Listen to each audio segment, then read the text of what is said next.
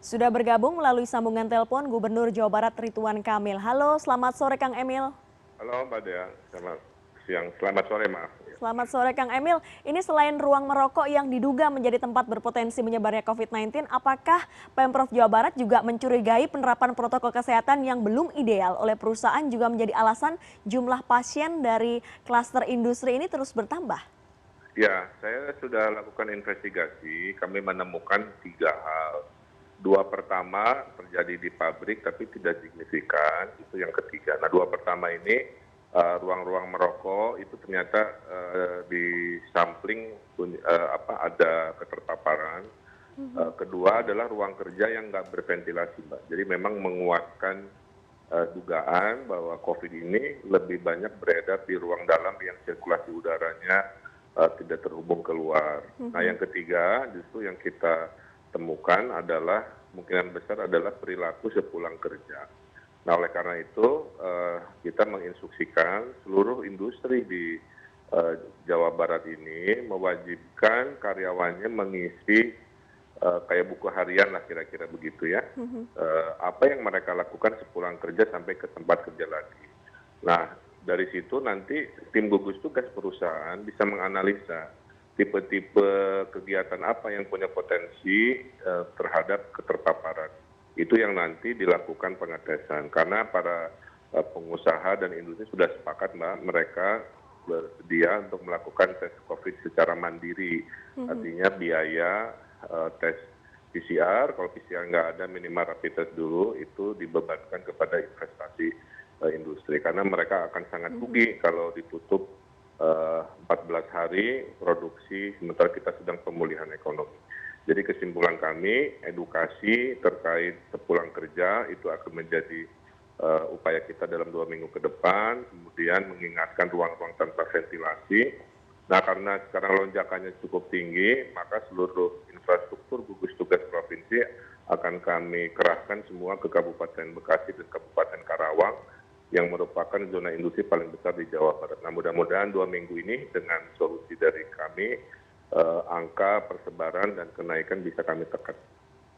Kang Emil, apakah Pemprov Jawa Barat ini ada rencana tidak hanya kemudian mengeluarkan instruksi tapi juga mewujudkan itu menjadi peraturan daerah terkait dengan pembuatan ventilasi kemudian penggunaan air conditioner atau AC di perusahaan? Ya, saya kira gugus tugas diberi kewenangan oleh perundang-undangan ya untuk melakukan itu tanpa harus ada peraturan khusus. Jadi instruksi dari saya sebagai Ketua Gugus Tugas Jawa Barat lebih dari cukup untuk memberikan kedisiplinan. Tinggal kita teliti, salah satu juga misalkan sampel ya Mbak, pada saat ada yang terpapar di satu gedung, itu ada beberapa yang ngotot tidak menutup gedung, sehingga pas disampling lagi ternyata terpapar lebih banyak kan.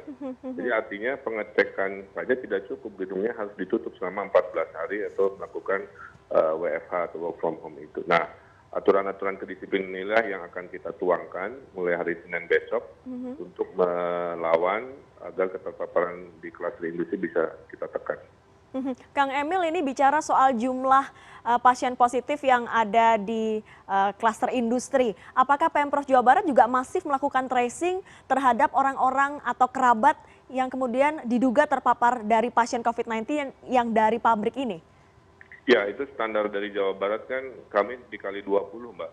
Jadi kalau ada 100 yang terpapar, berarti 2.000 orang itu harus kami tes. Kami cek suaminya, istrinya, anaknya, tetangganya, dan lain sebagainya. Itu terus kami lakukan. Jadi kita bagi dua tugasnya. Pemilik perusahaan industri mengetes seluruh karyawannya semasif mungkin, dan kami juga melakukan pengetesan masif di close contact dari mereka-mereka yang terpapar. Kemudian kami menyepakati isolasi mandiri kalau bisa disediakan perusahaan. Karena kalau semua dibebankan ke pemerintah, fasilitasnya kan terbatas. Nah, industri-industri skala besar ini kan merek-merek besar, jadi mereka punya kapasitas menyiapkan gedung di kawasan industrinya jika ada buruh yang terpapar, sehingga penanganan bisa jauh lebih cepat.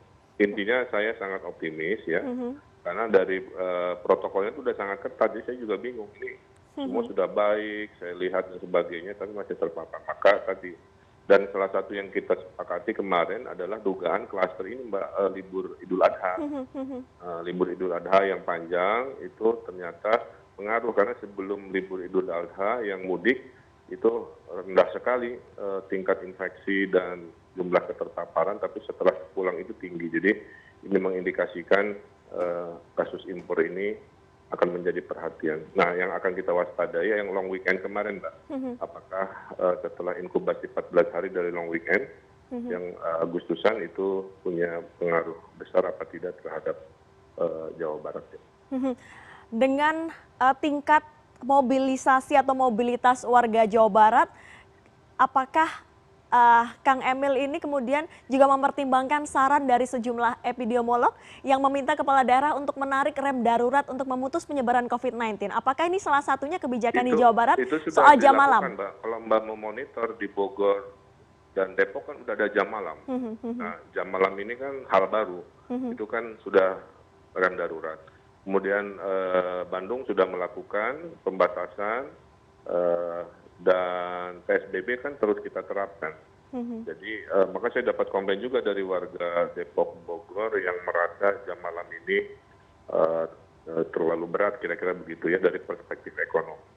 Tapi kami berkomitmen ini harus diambil agar epidemiologi pandemi ini bisa kita kendalikan di saat angka zona merah, khususnya kan di Bogor, Depok, Bekasi.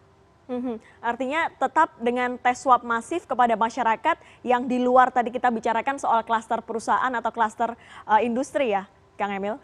Betul, jadi testing kita lakukan, alhamdulillah kita sudah mengejar target 50.000 tes per minggu, itu sebuah lompatan, biasanya kita maksimal hanya 15.000 per minggu, sekarang sudah 50.000 sampling spesimen per minggu.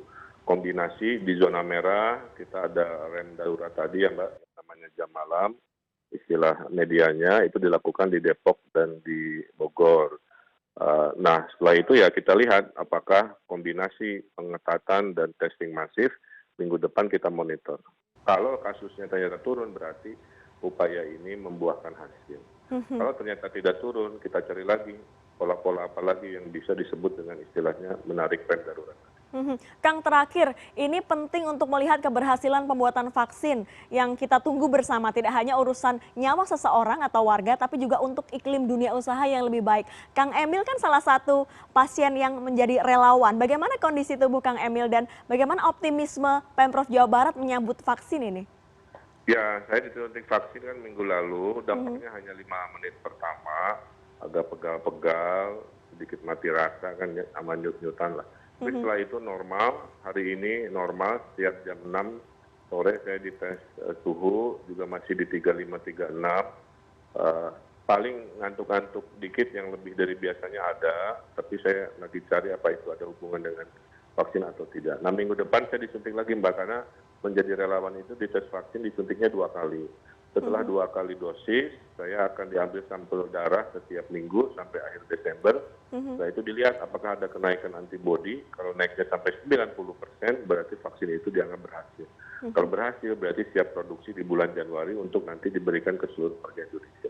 Jadi saya juga mohon doanya, per hari ini sebagai orang relawan, saya bersaksi bahwa tidak ada hal-hal yang mempengaruhi dampak kepada tubuh saya. Baik, terima kasih perbincangannya sore hari ini Gubernur Jawa Barat, Kang Ridwan Kamil.